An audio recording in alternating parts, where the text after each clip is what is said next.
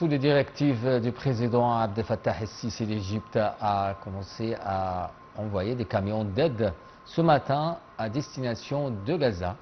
La télévision d'État a fait cette annonce, ajoutant qu'environ 320 camions d'aide ont commencé à entrer dans l'enclave palestinienne à travers le terminal terrestre de Rafah. Et avec nous en ligne pour nous parler de ce sujet, M. Nagui Victor, analyste politique. Bonsoir, M. Nagui. Bonsoir, monsieur. Alors, comment vous évaluez les efforts déployés par l'Égypte pour finir cet désastre humanitaire qui se trouve dans la bande de Gaza, la famine, et en commençant à envoyer des camions d'aide pour Gaza aujourd'hui?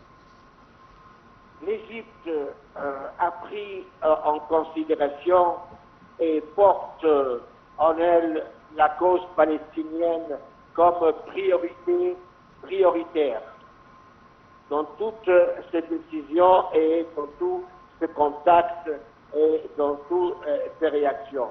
L'Égypte est le premier pays qui a envoyé des camions de subsides à Gaza. Si vous allez à Rafah, à El Arish, vous verrez des kilomètres de camions qui attendent la permission pour pouvoir accéder par le passage de Rafah. L'Égypte ouvre le passage de Rafah 24 heures sur 24. Mais du côté palestinien, les Israéliens ferment le passage de leur côté. Ils ne veulent pas que les camions, que les subsides rentrent au secours des Palestiniens.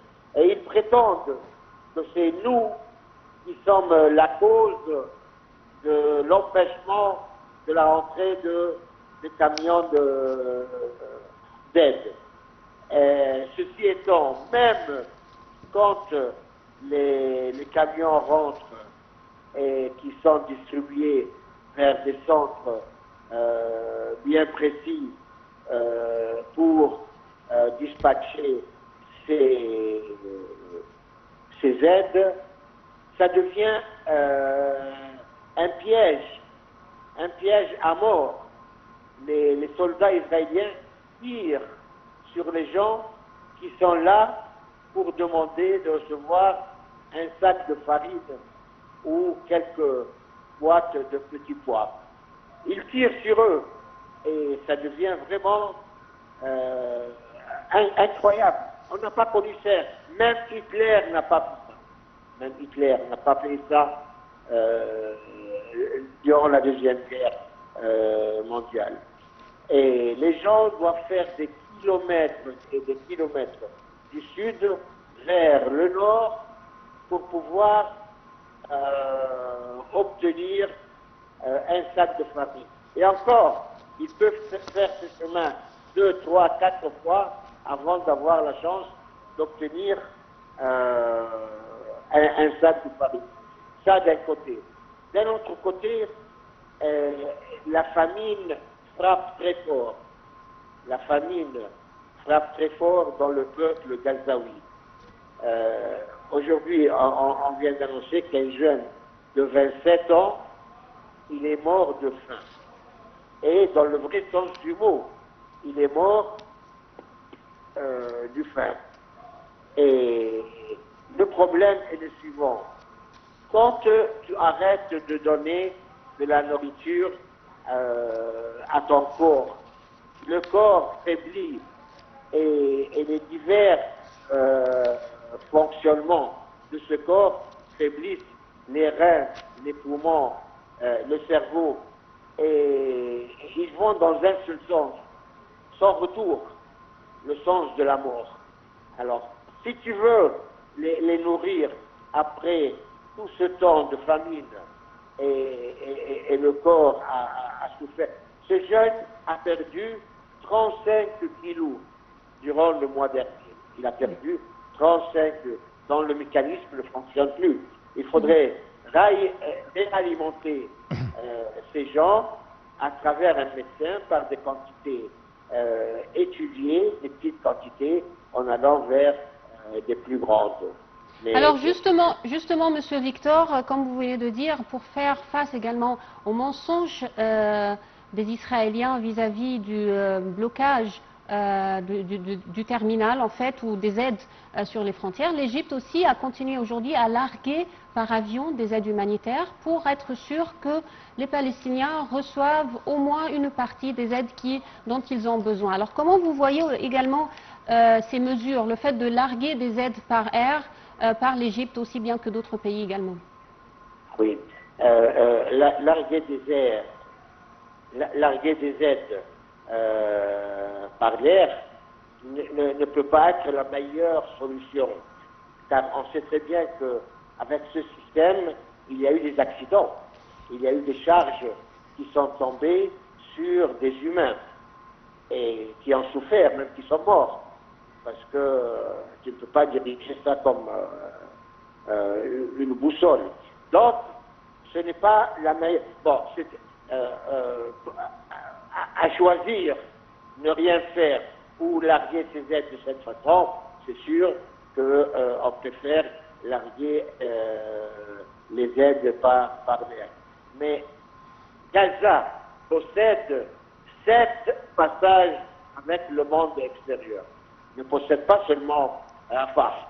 Mais ça c'est Israël qui voudrait souiller la réputation égyptienne.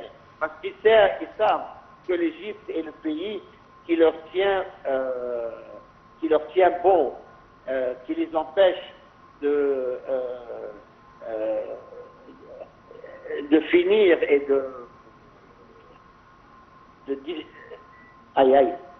c'est l'Égypte qui empêche Israël à réaliser ces projets de transfert des Gazaouis vers leur terre et de s'accaparer de ces territoires.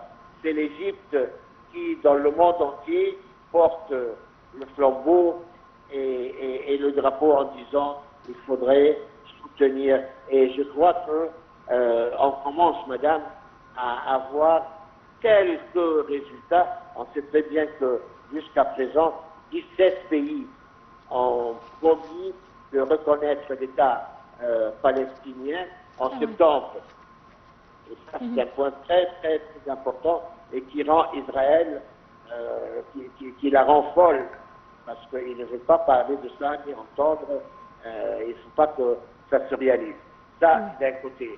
D'un autre côté, vous savez, je viens de rentrer de l'Europe hier, et j'étais dans un capital très important européen, et bien tous les samedis, j'ai assisté à des manifestations portant la solidarité vers la cause palestinienne, avec des drapeaux, avec des tambours, avec des tam-tams, des slogans qui faisaient trembler la rue.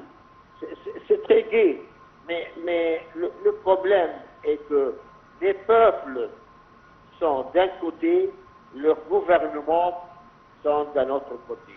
Les gouvernements suivent surtout, je dirais, les États-Unis, mais les peuples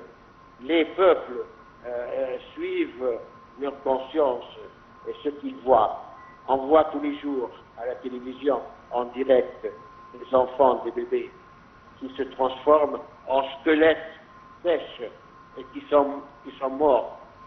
On les voit à la télévision. Ce n'est pas...